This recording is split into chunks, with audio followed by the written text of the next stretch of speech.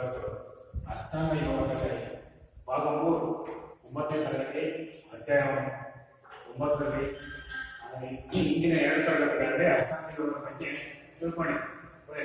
ಅಷ್ಟಾಂಗ ಯೋಗ ಅಂದ್ರೇನು, ಅದರ ಬಗ್ಗೆ ಯಾರ್ಯಾರು ಹೇಳಿದ್ದಾರೆ ಬಗ್ಗೆ ಅಷ್ಟಾಂಗಗಳ ಅರ್ಥ ಮತ್ತು ಪ್ರಾಮುಖ್ಯತೆಯನ್ನು ತಿಳ್ಕೊಂಡಿದ್ದು ಮತ್ತು ಯೋಗಾಭ್ಯಾಸದ ಲಾಭಗಳು ಮತ್ತು ಪ್ರಾಣಾಯಾಮದ ಪ್ರಕಾರಗಳು ಮತ್ತು ಕಮಲಾಪತಿ ಅಂದ್ರೇನು ಹಿಂದಿನ ತರಗತಿ 2 ತರಗತಿಗಳಲ್ಲಿ ಇವತ್ತು ಭಾಗ 3ರಲ್ಲಿ ಹೆಚ್ಚಿನ ಅಷ್ಟಾಂಗ ಯೋಗ ಅಂದ್ರೆ ಏನಪ್ಪ ಅಂತಂದ್ರೆ 8 ಮೆಟ್ಟಿಲುಗಳನ್ನು ಹೊಂದಿರುವ ಒಂದು ಭಾಗ ಅಷ್ಟಾಂಗ ಯೋಗ.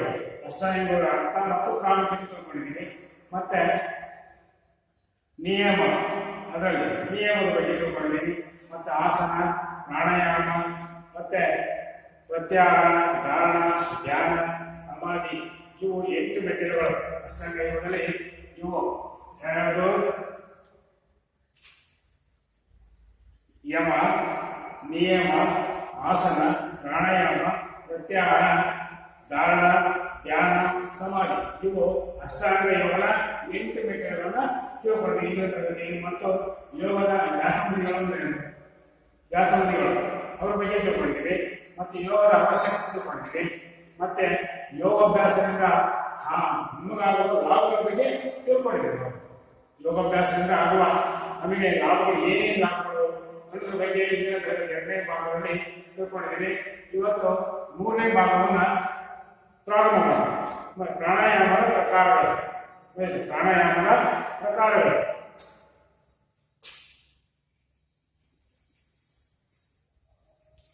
ಪ್ರಾಣಾಯಾಮದ ಪ್ರಕಾರಗಳು ಯಾವ್ಯಾವ?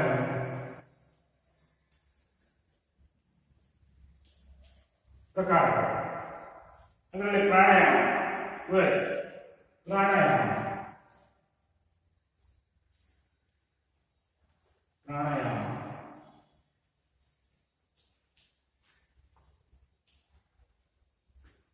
ದೀರ್ಘ ಉಸಿರಾಟದಿಂದಾಗುವ ಪ್ರಯೋಜನಗಳನ್ನು ಪಡೆಯಲು ಕ್ರಮಬದ್ಧವಾದ ಉಸಿರಾಟದ ಕ್ರಮಗಳನ್ನು ಅಭ್ಯಾಸ ಮಾಡುವುದನ್ನು ಪ್ರಾಣಾಯಾಮ ಎನ್ನುವರು. ನೋಡಿ, ಪ್ರಾಣಾಯಾಮ ಏನಪ್ಪ ಅಂತಂದ್ರೆ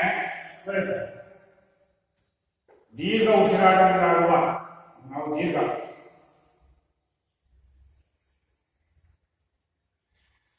ಇದು ದೀರ್ಘ ಉಸಿರಾಟ, ಒಂದೇ ಉಸಿರಾಟ ಹೀಗೆ ಅದು ವ್ಯಾಯಾಮಗಳಲ್ಲಿ ಬರುತ್ತೆ. ಒಂದೇ ಸಮ ಉಸಿರಾಡುವುದು ವ್ಯಾಯಾಮಗಳಲ್ಲಿ.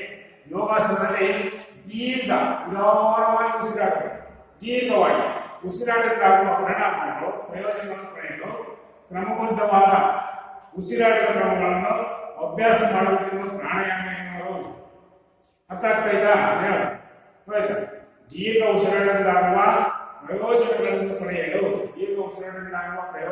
ಪಡೆಯಲು ಕ್ರಮಬದ್ಧವಾದ ನಿಯಮಬದ್ಧವಾದ ಕ್ರಮಬದ್ಧವಾದ ಉಸಿರಾಟದ ಕ್ರಮಗಳನ್ನು ಅಭ್ಯಾಸ ಮಾಡುವುದನ್ನು ಪ್ರಾಣಾಯಾಮ ಎನ್ನುತ್ತೇವೆ. ಪ್ರಾಣಾಯಾಮ ಎನ್ನುವುದು ಉಸಿರಾಟದ ಕ್ರಮಗಳನ್ನು ಅಭ್ಯಾಸ ಮಾಡುವುದನ್ನು ಪ್ರಾಣಾಯಾಮ ಎನ್ನುವರು. ಪ್ರಾಣಾಯಾಮದಲ್ಲಿ ಅನೇಕ ಪ್ರಕಾರಗಳಿವೆ. ಅವುಗಳೆಂದರೆ ನೋಡಿ, ಪ್ರಾಣಾಯಾಮದಲ್ಲಿ ಅನೇಕ ಪ್ರಕಾರಗಳಿವೆ. ಅವು ಯಾವ್ಯಾವ ಅಂತಂದ್ರೆ, ಒಂದನೇದು ಅನುಲೋಮ ವಿಲೋಮ ಪ್ರಾಣಾಯಾಮ. ಅನುಲೋಮ ವಿಲೋಮ ಪ್ರಾಣಾಯಾಮ. ಎರಡನೇದು ಚಂದ್ರಾನುಲೋಮ ವಿಲೋಮ ಪ್ರಾಣಾಯಾಮ. ಮೊದಲನೇದು ಅನುಲೋಮ ವಿಲೋಮ ಪ್ರಾಣಾಯಾಮ, ಎರಡನೇದು ಚಂದ್ರಾನುಲೋಮ ವಿಲೋಮ ಪ್ರಾಣಾಯಾಮ, ಸೂರ್ಯಾನುಲೋಮ ವಿಲೋಮ ಪ್ರಾಣಾಯಾಮ, ಚಂದ್ರಛೇದನ ಪ್ರಾಣಾಯಾಮ, ಐದನೇದು ಸೂರ್ಯಛೇದನ ಪ್ರಾಣಾಯಾಮ, ಆರನೇದು ನಾಡಿಶೋಧನ ಅಥವಾ ನಾಡಿಶುದ್ಧಿ ಪ್ರಾಣಾಯಾಮ, ಮತ್ತೆ ಏಳನೇದು ಶಿತಳಿ ಮತ್ತು ಸದಂತ. ಏಳನೇದು ಶಿತಳಿ ಮತ್ತು ಸದಂತ. ಎಂಟನೇದು ಭ್ರಮರಿ. ಒಂಬತ್ತನೇದು ಉಜ್ಜಾಯಿ. ಹತ್ತನೇದು ಭಸ್ತಿಕಾ. ಹನ್ನನೇದು ಪ್ಲಾವಿನಿ. ಹನ್ನೆರಡನೇದು ಮೂರ್ಛಾ. ಇವ 12 ಪ್ರಕಾರಗಳಿವೆ ಪ್ರಾಣಾಯಾಮದಲ್ಲಿ. ಆಯ್ತಾ? ಒಂದನೇದು ಹೇಳಿದ ನಾನು, ದೀರ್ಘ ಉಸಿರಾಟದಿಂದ ಆಗುವ ಪ್ರಯೋಜನವನ್ನು ಪಡೆಯಲು ಕ್ರಮಬದ್ಧ ಸುಗಮವಾದ ಉಸಿರಾಟದ ಕ್ರಮಗಳನ್ನು ಅಭ್ಯಾಸ ಮಾಡುವುದನ್ನು ಪ್ರಾಣಾಯಾಮ ಎನ್ನುವರು. ಅದರಲ್ಲಿ ಈ ಪ್ರಾಣಾಯಾಮದಲ್ಲಿ ಅನೇಕ ಪ್ರಕಾರಗಳನ್ನು ಹೊಂದಿದೆ. ಪ್ರಾಣಾಯಾಮ ಒಂದನೇದು ಅನುಲೋಮ ವಿಲೋಮ ಪ್ರಾಣಾಯಾಮ, ಅನುಲೋಮ ವಿಲೋಮ ಪ್ರಾಣಾಯಾಮ. ಎರಡನೇದು ಚಂದ್ರಾನುಲೋಮ ವಿಲೋಮ ಪ್ರಾಣಾಯಾಮ, ಸೂರ್ಯಾನುಲೋಮ ವಿಲೋಮ ಪ್ರಾಣಾಯಾಮ, ಚಂದ್ರಚೇತನ ಪ್ರಾಣಾಯಾಮ, ಸೂರ್ಯ ಚೇತನ ಪ್ರಾಣಾಯಾಮ, ನಾಡಿ ಶೋಧನ ಅಥವಾ ನಾಡಿ ಶುದ್ಧಿ ಪ್ರಾಣಾಯಾಮ. ಒಳ್ಳೆಯದು ಶಿತಲಿ ಮತ್ತು ಸದಂತ. ಎಂಟನೇದು ಭ್ರಮರಿ. ಒಂಬತ್ತನೇದು ಉಜ್ಜಾಯಿ. ಹತ್ತನೇದು ಭಸ್ತಿಕ. 11ನೇದು ಪ್ಲಾವಿನಿ. ಹೋಯ್ತಾ? 12ನೇದು ಮೂರ್ಛಾ. ಇಷ್ಟು ಪ್ರಾಣಾಯಾಮದ ಪ್ರಕಾರಗಳು 12 ಪ್ರಕಾರಗಳಿವೆ. ನಮ್ಮ ದೇಹದಲ್ಲಿ ಪಂಚಪ್ರಾಣಗಳಿವೆ. ನಮ್ಮ ದೇಹದಲ್ಲಿ 5 ಪ್ರಾಣಗಳಿವೆ. ಪಂಚ 5 ಪ್ರಾಣಗಳಿವೆ ನಮ್ಮ ದೇಹದಲ್ಲಿ. ಹೋಯ್ತು? ಪ್ರಾಣ, ಅಪಾನ, ಉದಾನ, ಸಮಾನ, ವ್ಯಾನ. ಹೋಯ್ತ? ಪ್ರಾಣ, ಅಪಾನ, ಉದಾನ, ಸಮಾನ, ವ್ಯಾನ. ಇವು 5 ನಮ್ಮ ದೇಹದಲ್ಲಿರುವ ಪಂಚಪ್ರಾಣಗಳು. ಅರ್ಥ ಆಗ್ತಾ ಇದೆ ಅನ್ನೋದು ಈ ಕಡೆಯಲ್ಲಿ ನಮ್ಮ ದೇಹದಲ್ಲಿರುವ ಪಂಚಪ್ರಾಣಗಳು ಪ್ರಾಣ, ಅಪಾನ, ಉದಾನ ಮತ್ತು ಸಮಾನ, ವ್ಯಾನ. ಇಷ್ಟು ನಮ್ಮ ದೇಹದಲ್ಲಿರುವ ಪಂಚಪ್ರಾಣಗಳು.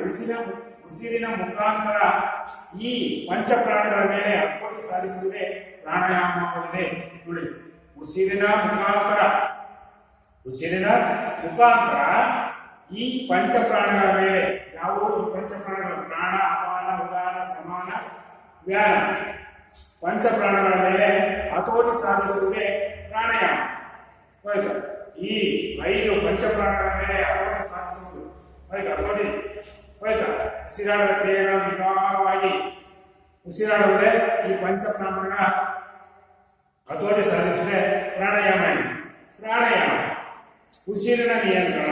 ಪ್ರಾಣಾಯಾಮ ಅಂದರೆ ಉಸಿರಿನ ನಿಯಂತ್ರಣ. ನಮ್ಮ ಉಸಿರನ್ನು ನಿಯಂತ್ರಣಗೊಳಿಸುವುದು. ನಿಧಾನ ಉಸಿರಾಡುವುದು. ಹೋಯ್ತು? ನಿಯಂತ್ರಿಸುವುದು ಉಸಿರಿನ ನಿಯಂತ್ರಣ. ಆಮೇಲೆ ನಾಡಿಗಳ ಶುದ್ಧಿ. ಇಲ್ಲಿ ನಾಡಿಗಳು. ಹೋಯ್ತು? ಮೂಗಿನಲ್ಲಿ ಉಸಿರಾಡುವುದು ನಾಡಿಗಳು. ಹೋಯ್ತು? ನಮ್ಮ ದೇಹದಲ್ಲಿರುವ ನಾಡಿಗಳ ಶುದ್ಧಿ. ಪಂಚಪ್ರಾಣದ ಹತೋಟಿ. ನಮ್ಮ ಪಂಚಪ್ರಾಣಗಳು ಹೇಳಿದ್ರ ಆ ಪಂಚಪ್ರಾಣಗಳನ್ನು ಹತೋಟಿಯಲ್ಲಿ ಇಟ್ಕೊಂಡು ಮನಸ್ಸಿನ ಹತೋಟಿ. ನಮ್ಮ ಮನಸ್ಸನ್ನು ಹತೋಟಿಯಲ್ಲಿ ಇಟ್ಕೊಳ್ಳೋದು. ಬೇರೆ ಕಡೆ ಅಡ್ಡಾಡುತ್ತೆ ನಮ್ಮ ಮನಸ್ಸನ್ನು ಹತೋಟಿಯಲ್ಲಿ ಇಟ್ಕೊಳ್ಳೋದು. ಪ್ರಾಣಾಯಾಮದಲ್ಲಿ ಬಳಸುವ ಹೋಯ್ತು ಮುದ್ರೆಗಳ ಚಿತ್ರಣ ನೋಡಿ. ಪುಸ್ತಕದಲ್ಲಿ ನೋಡಿ ಚಿತ್ರಣ ಇದ್ದಾವೆ. ಹೋಯ್ತು? ಒಂದನೇದು ನಾಸಿಕ ಮುದ್ರೆ. ಹೋಯ್ತು? ನಾಸಿಕ ಮುದ್ರೆ ಈ ರೀತಿ. ಹೋಯ್ತು? ನಾಸಿಕ ಮುದ್ರೆ. ಚಿನ್ಮುದ್ರೆ ಎರಡನೇದು ಚಿನ್ಮುದ್ರೆ. ಆಮೇಲೆ ಚಿನ್ಮಯ ಮುದ್ರೆ ನೋಡಿ. ಚಿನ್ಮಯ ಮುದ್ರೆ, ಬ್ರಹ್ಮ ಮುದ್ರೆ ಈ ರೀತಿ. ಇದು ಬ್ರಹ್ಮ ಮುದ್ರೆ. ಆಮೇಲೆ ಭೃಗಿ ಮುದ್ರೆ. ಇದು ಭೃಗಿ ಮುದ್ರೆ. 5 ಹೋಯ್ತಾ ಮುದ್ರೆಗಳು. ನಿಮ್ಮ ಚಿತ್ರಗಳಲ್ಲಿ ನೋಡ್ಕೊಳ್ಳಿ. ಚಿತ್ರಗಳಿದ್ದಾವೆ. 5 ಚಿತ್ರಗಳಿದ್ದಾವೆ. ಒಂದನೇದು ನಾಸಿಕ ಮುದ್ರೆ. ಹೋಯ್ತಾ? ನಾಸಿಕ ಮುದ್ರೆ. ಹೋಯ್ತಾ? ಚಿನ್ಮುದ್ರೆ. ಇದು ಚಿನ್ಮುದ್ರೆ. ಹೋಯ್ತಾ? ಆಮೇಲೆ ಚಿನ್ಮಯ ಮುದ್ರೆ. ಆಮೇಲೆ ಬ್ರಹ್ಮ ಮುದ್ರೆ. ಆಮೇಲೆ ಭೃಗಿ ಮುದ್ರೆ. ಹೋಯ್ತು? ಭೃಗಿ ಮುದ್ರೆ. ಇದು ಭೃಗಿ ಮುದ್ರೆ. ಪುಸ್ತಕದಲ್ಲಿ ನೋಡಿ ಚಿತ್ರಗಳಿದ್ದಾವೆ. ಅಲ್ಲಿ ನೋಡ್ಕೊಳ್ಳಿ. ಭೃಗಿ ಮುದ್ರೆ 5 ಮುದ್ರೆಗಳಿವೆ ಪ್ರಾಣಾಯಾಮದಲ್ಲಿ. ಹೋಯ್ತು? ಅನುಲೋಮ ವಿಲೋಮ ಪ್ರಾಣಾಯಾಮ ನೋಡಿ. ಒಂದನೇದರಲ್ಲಿ ಹೇಳಿದಲ್ಲ 12 ಪ್ರಾಣಾಯಾಮ ಪ್ರಕಾರಗಳಿವೆ. ಅದರಲ್ಲಿ ಒಂದನೇದು ಅನುಲೋಮ ವಿಲೋಮ ಪ್ರಾಣಾಯಾಮ. ಏನಪ್ಪ ಅಂತಂದ್ರೆ ಮೂಗಿನ 2 ಸೊಳ್ಳೆಗಳಿಂದ ಉಸಿರಾಟ ಅಭ್ಯಾಸ. ಅನುಲೋಮ ವಿಲೋಮ ಪ್ರಾಣಾಯಾಮ ಅಂತಂದ್ರೆ ಮೂಗಿನ 2 ಸೊಳ್ಳೆಗಳಿಂದ 2 ಒಳ್ಳೆಗಳಿಂದ ನಮ್ಮ ಮೂಗಿನ 2 ಒಳ್ಳೆಗಳಿವೆ. ಒಳ್ಳೆಗಳಿಂದ ಉಸಿರಾಟದ ಅಭ್ಯಾಸ. ನಿಧಾನಕ್ಕೆ ದೀರ್ಘವಾಗಿ ಉಸಿರಾಡುವುದು. ನಿಧಾನವಾಗಿ ನಮ್ಮ ಮೂಗಿನ 2 ಒಳ್ಳೆಗಳಿಂದ ಉಸಿರಾಡುವುದು.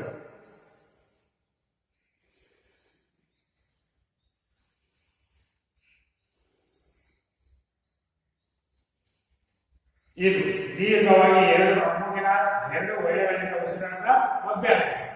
ಮತ್ತು ಯಾವುದಾದರೂ ಧ್ಯಾನಾತ್ಮಕ ಆಸನದಲ್ಲಿ ಕುಳಿತು ಮೂಗಿನ ಎರಡು ಒಳ್ಳೆಗಳಿಂದ ಶ್ವಾಸವನ್ನು ಸುಮಾರು 4 ಎಣಿಕೆಯಷ್ಟು ನಿಶಬ್ದವಾಗಿ ಒಳಗೆ ಎಳೆದುಕೊಂಡು ಅಷ್ಟೇ ಎಣಿಕೆಯಷ್ಟು ಶ್ವಾಸವನ್ನು ಹೊರಗೆ ಬಿಡುವುದು. ನೋಡಿ ಏನಂತಾರೆ ಅಂತಂದ್ರೆ, ಯಾವುದಾದ್ರೂ ಧ್ಯಾನಾತ್ಮಕ ನಾವು ಯೋಗಾಸನ ಧ್ಯಾನದಲ್ಲಿ ಕುತ್ಕೊಂತೀವಲ್ಲ, ಯಾವುದಾದ್ರೂ ಆಸನದಲ್ಲಿ ಕುಳಿತು ಧ್ಯಾನಾತ್ಮಕ ಆಸನದಲ್ಲಿ ಕುತ್ಕೋಬೇಕು. ಧ್ಯಾನಾತ್ಮಕ ಆಸನದಲ್ಲಿ ಕುಳಿತು ಯಾವುದಾದ್ರೂ ಒಂದು ಧ್ಯಾನಾತ್ಮಕ ಆಸನಗಳಿವಲ್ಲ ಅದರಲ್ಲಿ ಕುಳಿತುಕೊಂಡು ಆಸನದಲ್ಲಿ ಕುಳಿತು ಚಿನ್ಮಯ ಮುದ್ರೆಯಲ್ಲಿ ನೋಡಿ, ಚಿನ್ಮಯ ಮುದ್ರೆ ಈ ರೀತಿಯಾಗಿ ಚಿನ್ಮಯ ಮುದ್ರೆ ಚಿತ್ರ 3 ಚಿತ್ರ 3 ನೋಡಿ, ಚಿನ್ಮಯ ಮುದ್ರೆಯಲ್ಲಿ ಕುಳಿತುಕೊಂಡು ಮೂಗಿನ ಎರಡು ಸೊಳ್ಳೆಗಳಿಂದ ನಮ್ಮ ಮೂಗಿದೆಯಲ್ಲ, ಮೂಗಿನ ಎರಡು ಸೊಳ್ಳೆಗಳಿಂದ ಶ್ವಾಸವನ್ನು ಸುಮಾರು 4 ಎಣಿಕೆಯಷ್ಟು 4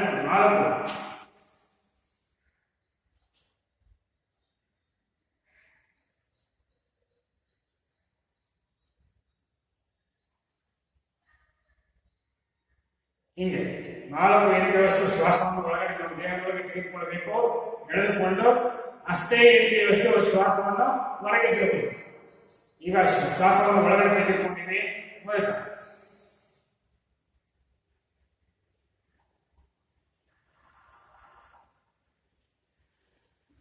ಅಷ್ಟೇ ಎಣಿಕೆಯಷ್ಟು ಮೊದಲು ನಾವು ಎಣಿಕೆಯಷ್ಟು 4 ಎಣಿಕೆಯಷ್ಟು ತಗೊಂಡಿರ್ತೀವ ಶ್ವಾಸವನ್ನು ನಮ್ಮ ದೇಹಕ್ಕೆ, ಅಷ್ಟೇ ಎಣಿಕೆಯಷ್ಟು ನಮ್ಮ ಶ್ವಾಸವನ್ನು ಒಳಗಡೆ ತೆಗೆದುಕೊಂಡಿರ್ತೀವಲ್ಲ ಅದನ್ನ ಹೊರಗಡೆ ಬಿಡುವುದು.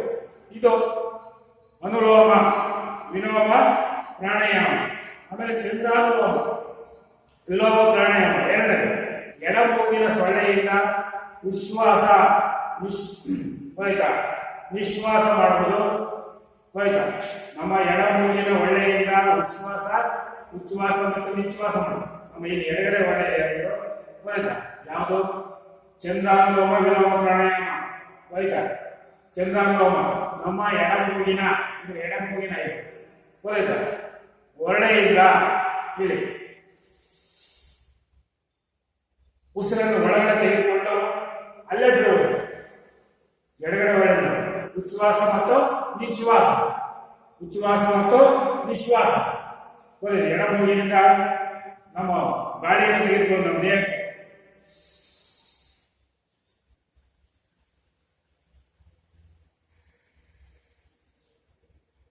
ಆಯ್ತಾ? ಈ ರೀತಿಯಾಗಿ ಮಾಡಬಹುದು. ಎಷ್ಟೆಲ್ಲ ತಗೊಳ್ಳಿ ನೀವು. ಎಡ ಮೂಗಿನ ಒಳ್ಳೆಯಿಂದ ಉಚ್ಛ್ವಾಸ ನಿಶ್ವಾಸ ಮಾಡಬಹುದು. ಈಗ ಇದು ಬಲಗಡೆ ಒಳ್ಳೆಯನ್ನು ಮುಚ್ಚಿಕೊಂಡು ಎಡಗಡೆ ಒಳ್ಳೆಯಿಂದ ನಿಧಾನವಾಗಿ ದೀರ್ಘವಾಗಿ ಉಸಿರಾಡೋದು.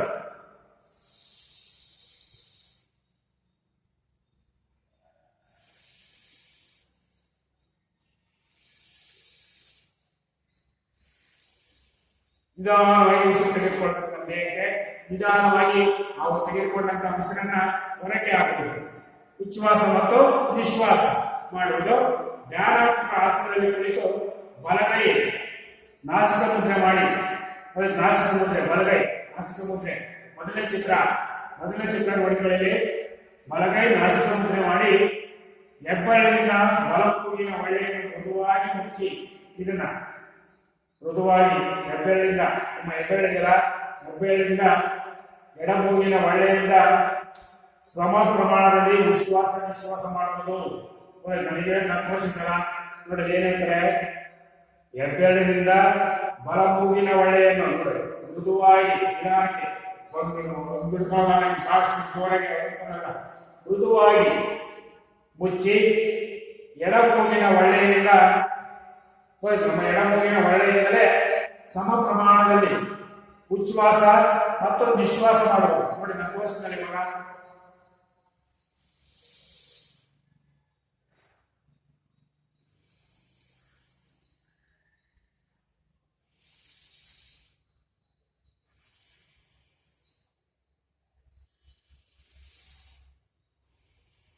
ನೋಡಿ, ಎಡ ಮೂಗಿನ ಒಳ್ಳೆಯಿಂದ ಗಾಳಿಯನ್ನು ತೆಗೆದುಕೊಳ್ಳೋದು ನಮ್ಮ ದೇಹಕ್ಕೆ ಮತ್ತೆ ನಿಧಾನವಾಗಿ ಹೊರಗಡೆ ಬಿಡಬೇಕು.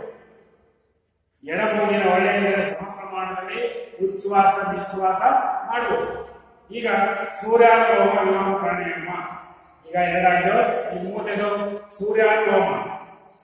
ಯಾವುದಾದರೂ ಧ್ಯಾನಾತ್ಮಕ ಆಸನದಲ್ಲಿ ಕುಳಿತು ಬಲಮೂಗಿನ ಒಳ್ಳೆಯಿಂದಲೇ ಉಚ್ಛ್ವಾಸ ನಿಶ್ವಾಸ ಮಾಡುವುದು.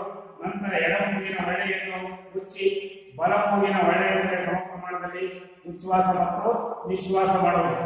ನೋಡಿ, ಚಂದ್ರಾನುಲೋಮ ವಿಲೋಮ ಪ್ರಾಣಾಯಾಮದಲ್ಲಿ ನಮ್ಮ ಎಡ ಒಳ್ಳೆಯಲ್ಲಿ ಗಾಳಿಯನ್ನು ತೆಗೆದುಕೊಳ್ಳುವುದು ಮತ್ತು ನಾವು ಉಸಿರನ್ನು ಹೊರಗೆ ಹಾಕುವುದು. ಇದರಲ್ಲಿ ಯಾವುದು ಸೂರ್ಯಾನುಲೋಮ ಪ್ರಮಾಣ ವಿಲೋಮ ಪ್ರಮಾಣ ಪ್ರಾಣಾಯಾಮದಲ್ಲಿ ಏನು ಮಾಡಬೇಕು? ಯಾವುದಾದರೂ ಧ್ಯಾನಾತ್ಮಕ ಆಸನದಲ್ಲಿ ಕುಳಿತು ನಾವು ಕುಳಿತುಕೊಂಡು ಮಾಡುವ ಆಸನಗಳಲ್ಲಿ ಕುಳಿತು ಬಲ ಮೂಗಿನ ಒಳ್ಳೆಯಿಂದಲೇ ಈಗ ಎರಡನೇ ಒಳ್ಳೆಯಿಂದ ಇದೆಯಲ್ಲ ಅದನ್ನು ಮುಚ್ಚಬೇಕು. ನಿಮ್ಮ ಹೆಬ್ಬೆರಳಿಂದಲೇ ಆಯ್ತಾ? ಬಲ ಮೂಗಿನ ಒಳ್ಳೆಯಿಂದ ಉಸಿರನ್ನು ಒಳಗಡೆ ತೆಗೆದುಕೊಂಡು ಹೊರಗಡೆ ಬಿಡಬೇಕು.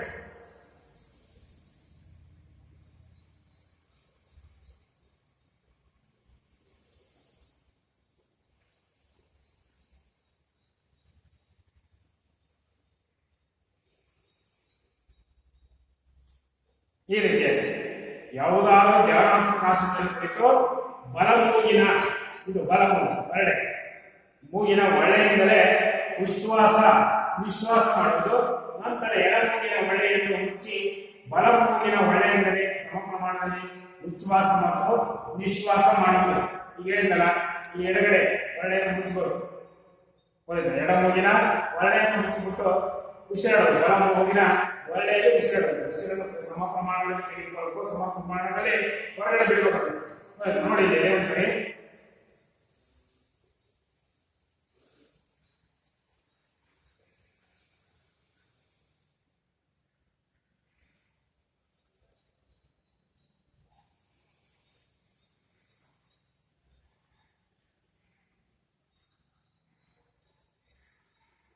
ನಾವು ಎಷ್ಟು ಸರಿ ನಮ್ಮ ದೇಹಕ್ಕೆ ಉಸಿರನ್ನು ತೆಗೆದುಕೊಳ್ತೇವೆ ಅಷ್ಟು ಸಾರಿ ನಾವು ಉಸಿರನ್ನ ಹೊರಗೆ ಹಾಕಬೇಕಾಗುತ್ತೆ. ಯಾವುದಾದರೂ ಧ್ಯಾನಾತ್ಮಕಾಸನದಲ್ಲಿ ಕುಳಿತು ಬಲಮೂಗಿನ ಒಳ್ಳೆಯಿಂದಲೇ ಉಚ್ಛ್ವಾಸ ನಿಶ್ವಾಸ ಮಾಡುವುದು. ನಂತರ ಎಡಮೂಗಿನ ಒಳ್ಳೆಯನ್ನು ಎಡಮೂಗಿನ ಒಳ್ಳೆಯನ್ನು ಮುಚ್ಚಬೇಕು. ಬಲಮೂಗಿನ ಒಳ್ಳೆಯಿಂದಲೇ ಸಮ ಪ್ರಮಾಣದಲ್ಲಿ ಉಚ್ಛ್ವಾಸ ಮತ್ತು ನಿಶ್ವಾಸ ಮಾಡುವುದು. ಈಗ ಚಂದ್ರಛೇದನ ಪ್ರಾಣಾಯಾಮ ಚಂದ್ರಛೇದನ ಪ್ರಾಣಾಯಾಮ ಯಾವುದು? ನಾಲ್ಕನೇದು. ಮೂರನೇದು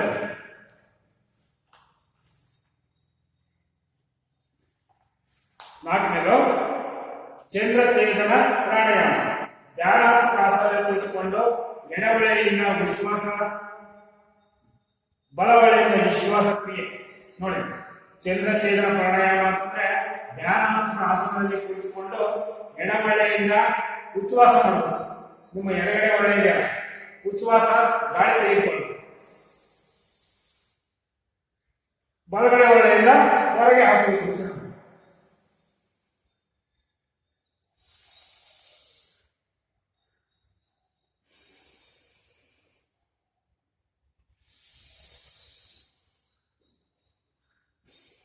ಈ ರೀತಿಯಾಗಿ ಮಾಡುವುದು. ಧ್ಯಾನಾತ್ಮಕ ಆಸನದಲ್ಲಿ ಕುಳಿತು ಎಲ್ಲ ಮಾಡಿದಾಗ ಕುಳಿತುಕೊಂಡು ಮಾಡುವ ವ್ಯಾಯಾಮಗಳಿದ್ದವರ ಆಸನಗಳು ಆಯ್ತಾ? ಕುಳಿತುಕೊಂಡು ಮಾಡುವ ಯೋಗಾಸನಗಳಿದ್ದವರ ಅದರಲ್ಲಿ ಕುಳಿತುಕೊಂಡು ಯಾವುದಾದ್ರೂ ಧ್ಯಾನಾತ್ಮಕ ಆಸನದಲ್ಲಿ ಕುಳಿತುಕೊಂಡು ಎಡವಳೆಯಿಂದ ನಮ್ಮ ಎಡಗಡೆ ಒಳ್ಳೆಯಿಂದ ಉಸಿರನ್ನು ತೆಗೆದುಕೊಂಡು ನಮ್ಮ ದೇಹಕ್ಕೆ ಬಲ ಒಳ್ಳೆಯಿಂದ ಉಸಿರನ್ನು ಹೊರ ಹಾಕಬೇಕಾಗುತ್ತೆ. ನಾಸಿಕ ಮುದ್ರೆಯ ಸಹಾಯದಿಂದ ನೋಡಿ, ನಾಸಿಕ ಇಲ್ಲಿ ಒಂದನೇದಿದೆಯಲ್ಲ, ನಾಸಿಕ ಮುದ್ರೆ ಸಹಾಯದಿಂದ ಬಲಮೂಗಿನ ಒಳ್ಳೆಯನ್ನು ಬಲ ಒಳ್ಳೆಯಿಂದ ನಿಶ್ವಾಸ ಕ್ರಿಯೆ ಮುಚ್ಚಿ ಎಡಮೂಗಿನ ಒಳ್ಳೆಯಿಂದ ನಿಧಾನವಾಗಿ ಉಸಿರನ್ನು ತೆಗೆದುಕೊಳ್ಳಬೇಕು. ನೋಡಿದ್ರೆ ನಾಸಿಕ ಮುದ್ರೆಯ ಸಹಾಯದಿಂದ ಮೊದಲನೇ ಚಿತ್ರ ಇದೆಯಲ್ಲ, ನಾಸಿಕ ಮುದ್ರೆ ಅದರ ಸಹಾಯದಿಂದ ಹೋಯ್ತಾ ಈ ರೀತಿಯಾಗಿ ಇಟ್ಕೊಂಡು ಹೋಯ್ತಾ ಸಹಾಯ ಮೂಗಿನ ಒಳ್ಳೆಯನ್ನು ಮುಚ್ಚಿ ಎಡಮೂಗಿನ ಒಳ್ಳೆಯಿಂದ ನಿಧಾನವಾಗಿ ಉಸಿರನ್ನು ತೆಗೆದುಕೊಳ್ಳಬೇಕು.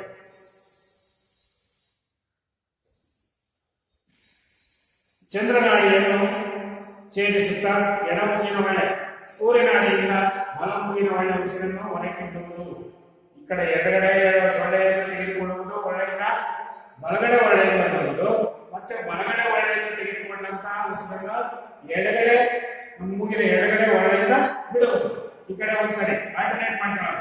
ಒಂದ್ಸರಿ ಈ ಕಡೆ ತಗೊಂಡ್ಬಿಡ್ತೀವಿ, ಎಡಗಡೆ ಉಸಿರನ್ನ ಬಲಗಡೆ ಬಿಡ್ತೀವಿ, ಬಲಗಡೆ ತೆಗೆದುಕೊಂಡಂತ ಎಡಗಡೆ ತೆಗೆದುಕೊಂಡಂತ ಉಸಿರನ್ನ ಬಲಗಡೆ ಒಳ್ಳೆಯಿಂದ ಬಿಡ್ತೀವಿ. ನೋಡಿ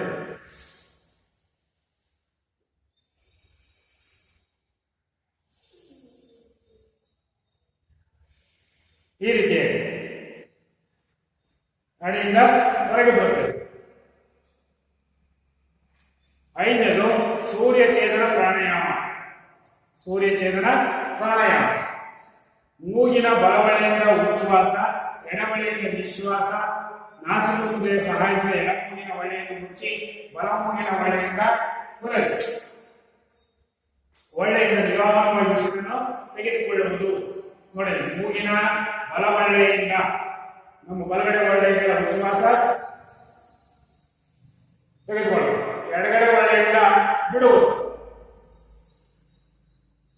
ನಾಸಿಕ ಮುದ್ರೆಯ ಸಹಾಯದಿಂದ ಎಡಮೂಗಿನ ಒಳ್ಳೆಯನ್ನು ಮುಚ್ಚಿ ಬಲಮೂಗಿನ ಒಳ್ಳೆಯಿಂದ ನಿಧಾನವಾಗಿ ಉಸಿರನ್ನು ತೆಗೆದುಕೊಳ್ಳುವುದು.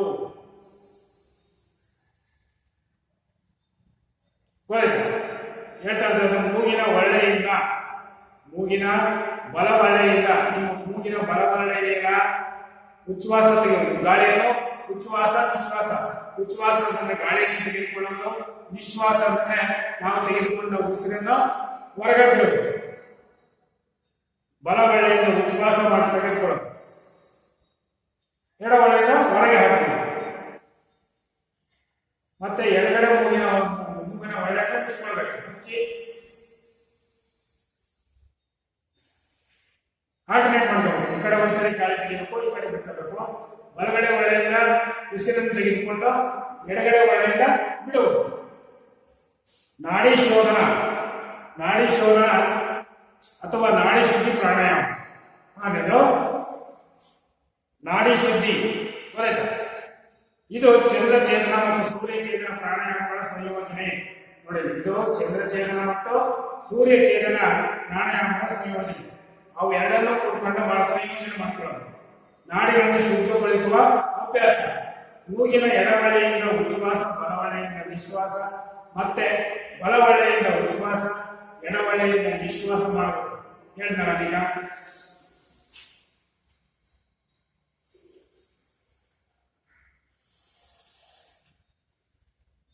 ಒಂದ್ಸರಿ ಈ ಕಡೆ ತಗೊಳ್ಳೋದು, ಬಲಗಡೆ ಒಂದ್ಸರಿ ಈ ಕಡೆ ಬಿಡೋದು. ಬಲಗಡೆ ಒಳ್ಳೆಯನ್ನು ತೆಗೆದುಕೊಂಡಂತಹ ಉಸಿರನ್ನ ಎಡಗಡೆ ಒಳ್ಳೆಯಿಂದ ಬಿಡುವುದು. ಇಲ್ಲಿ ಪೂರಕ ರೇಚಕ ಮಾಡಿ ಕುಂಭಕವನ್ನು ಆರಂಭಿಸುವುದು. ಇಲ್ಲಿ ಪೂರಕ ಅಂದ್ರೆ ಉಸಿರನ್ನು ತೆಗೆದುಕೊಳ್ಳೋದು, ರೇಚಕ ತೆಗೆದುಕೊಂಡಂತಹ ಉಸಿರನ್ನ ಹೊರಗೆ ಬಿಡುವುದು. ಇಲ್ಲಿ ಆಮೇಲೆ ಕುಂಭಕ ಉಸಿರನ್ನು ಬಿಗಿಯಾಗಿ ಇಟ್ಟುಕೊಳ್ಳುವುದು. ಉಸಿರನ್ನು ತೆಗೆದುಕೊಂಡಿರುವ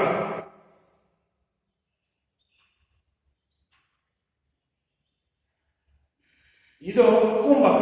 ಪೂರಕ ರೇಚಕ ಮಾಡಿಬಿಟ್ಟು ಮನೆಗೆ ಕುಂಭಕ ಇದರಲ್ಲಿ ಬರಬೇಕು. ಉಸಿರನ್ನು ತೆಗೆದುಕೊಳ್ತೀವಿ ಮತ್ತು ಉಸಿರನ್ನು ಹೊರಗೆ ಹಾಕ್ತೀವಿ, ಅದು ಪೂರಕ.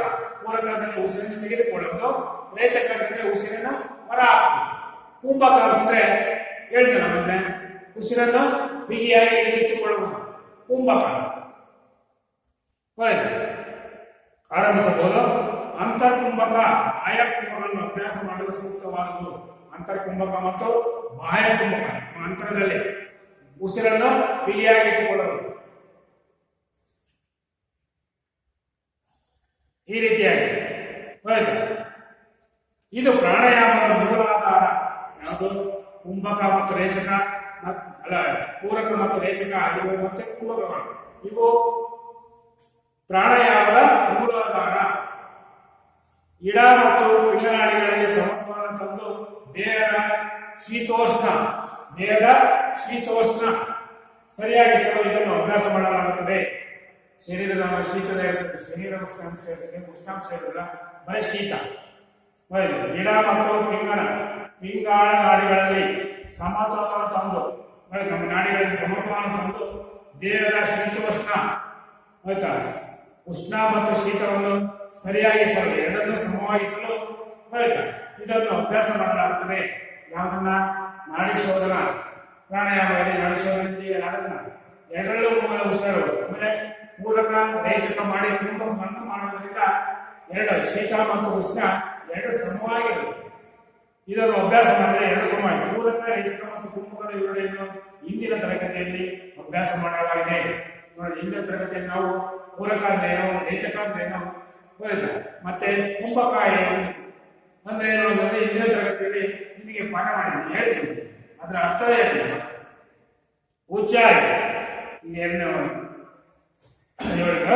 ಉಚ್ಚಾರ ಉಸಿರನ್ನು ತೆಗೆದುಕೊಳ್ಳುವಾಗ ಗಂಟಲಿನಲ್ಲಿ ಸಸ್ ಸಸ್ ಎಂಬ ಶಬ್ದ ಬರುತ್ತಿರುತ್ತದೆ. ನೋಡಿ, ನಾವು ಉಸಿರನ್ನು ಉಚ್ಚಾರ ಏನಪ್ಪಾ ಅಂತಂದ್ರೆ ಉಚ್ಚಾರ ಉಸಿರನ್ನು ತೆಗೆದುಕೊಳ್ಳುವಾಗ ನಮ್ಮ ಗಂಟಲಿನಲ್ಲಿ ಸಸ್ ಸಸ್ ಎಂಬ ಶಬ್ದ ಬರುತ್ತದೆ.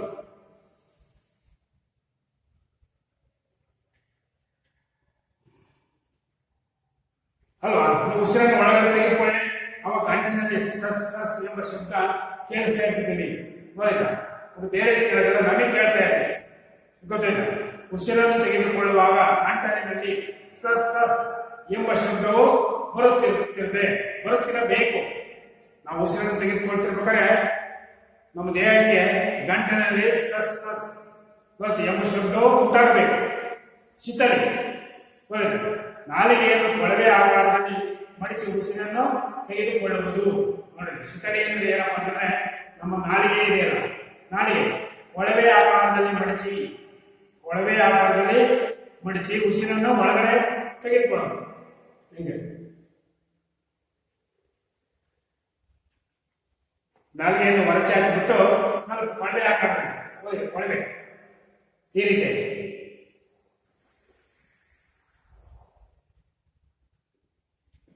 ರೀತಿಯಾಗಿ ಮಾಡಬಹುದು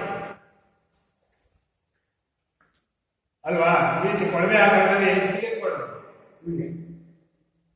ಯಾವುದು? ಶಿತಳಿ ಇದೆ. ಪ್ರಾಣಾಯಾಮದ ಪ್ರಕಾರಗಳಲ್ಲಿ ಶಿತಳಿ ಇದೆಯಲ್ಲ, ಅದರಲ್ಲಿ ನಮ್ಮ ನಾಲಿಗೆಯನ್ನು ಕೊಳವೆ ಆಕಾರ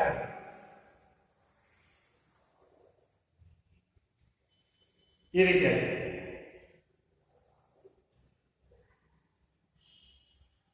ಅಲ್ವಾ? ಈ ರೀತಿಯಾಗಿ ಉಸಿರನ್ನು ತೆಗೆದುಕೊಳ್ಳಬೇಕು, ಉಸಿರನ್ನು ಹೊರಗೆ ಬಿಡಬೇಕು.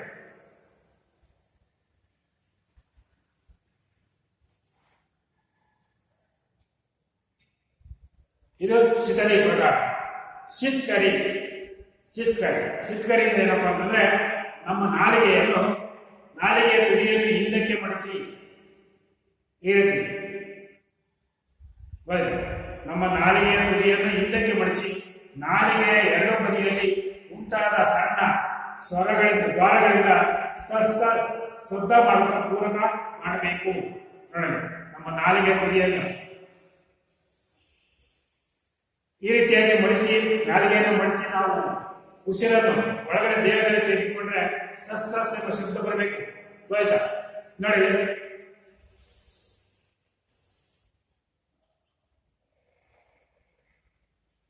ಈ ರೀತಿ ನಾಲಿಗೆ ಚಾಚಿಬಿಟ್ಟು ಮಡಿಸ್ಬೇಕು ನಾಲಿಗೆ ತುದಿಯಲ್ಲಿ. ನೋಡಿ,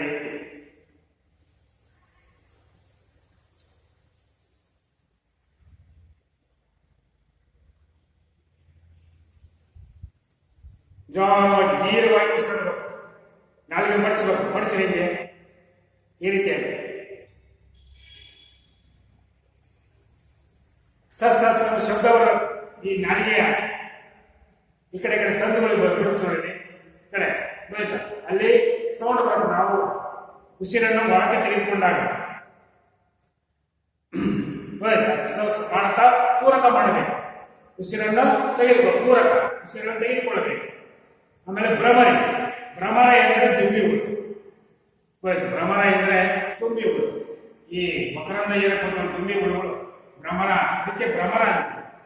ಆ ಭ್ರಮರಕ್ಕೆ ತುಂಬಿ ಹುಳುಗಳು ಮಕರವನ್ನ ಹೀರ್ಕೊಳಕ್ ಬರ್ತಾವ. ಹೂವಿನ ಮೇಲೆ ಕುತ್ಕೊಂಡು ಮಕರವನ್ನು ಹೀರ್ಕೊಳ್ತಾವಲ್ಲ, ಅದು ಭ್ರಮರ ಎಂದರೆ ದುಂಬಿ ಹುಳು.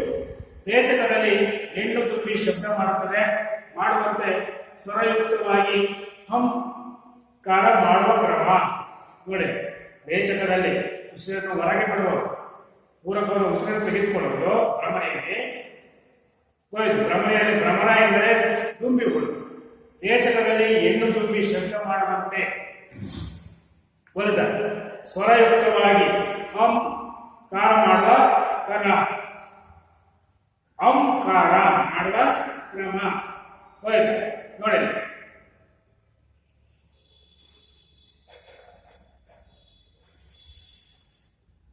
ಈ ರೀತಿಯಾಗಿ ಮಾಡುವ ಕ್ರಮ. ಭಸ್ತ್ರಿಕಾ ಹೋಯ್ತಾ? ಎಷ್ಟನೇದು? 9ನೇದು ಭಸ್ತ್ರಿಕಾ. ಕಪಾಲಭಾತಿ ಕ್ರಿಯೆ ಹಾಗೂ ಸೂರ್ಯಛೇದನ ಪ್ರಾಣಾಯಾಮದ ಜೋಡಣೆಯೇ ಭಸ್ತ್ರಿಕಾ ಪ್ರಾಣಾಯಾಮ. ಕಪಾಲಭಾತಿ ಉಸಿರನ್ನು ಬಿಗಿಯಾಗಿಟ್ಕೊಳ್ಳೋದು, ಉಸಿರನ್ನು ಬಿಗಿಯಾಗಿಟ್ಕೊಳ್ಳೋದು. ಕಪಾಲಭಾತಿ ಕ್ರಿಯೆ ಹಾಗೂ ಸೂರ್ಯಛೇದನ ಪ್ರಾಣಾಯಾಮದ ಜೋಡಣೆ ಭಸ್ತ್ರಿಕಾ ಪ್ರಾಣಾಯಾಮ. 9ನೇದು ಹೋಯ್ತು.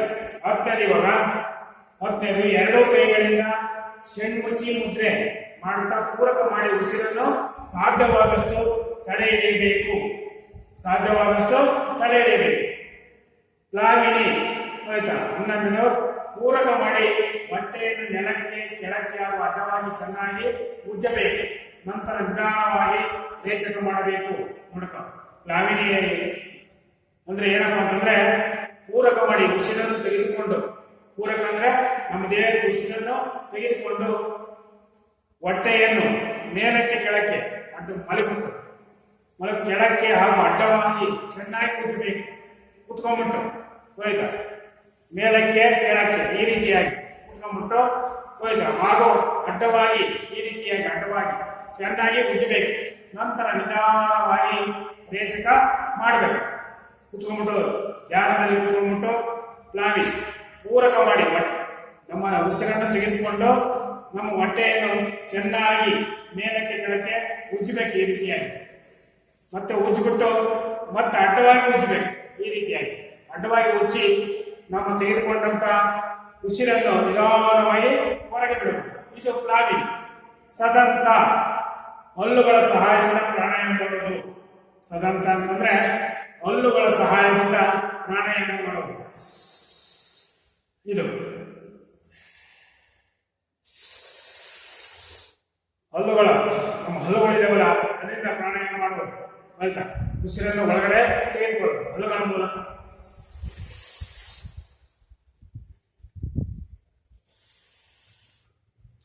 ಈ ರೀತಿಯಾಗಿ ಮಾಡುವ ಹಲ್ಲುಗಳ ಸಹಾಯದಿಂದ ಮಾಡುವ ಪ್ರಾಣಾಯಾಮ.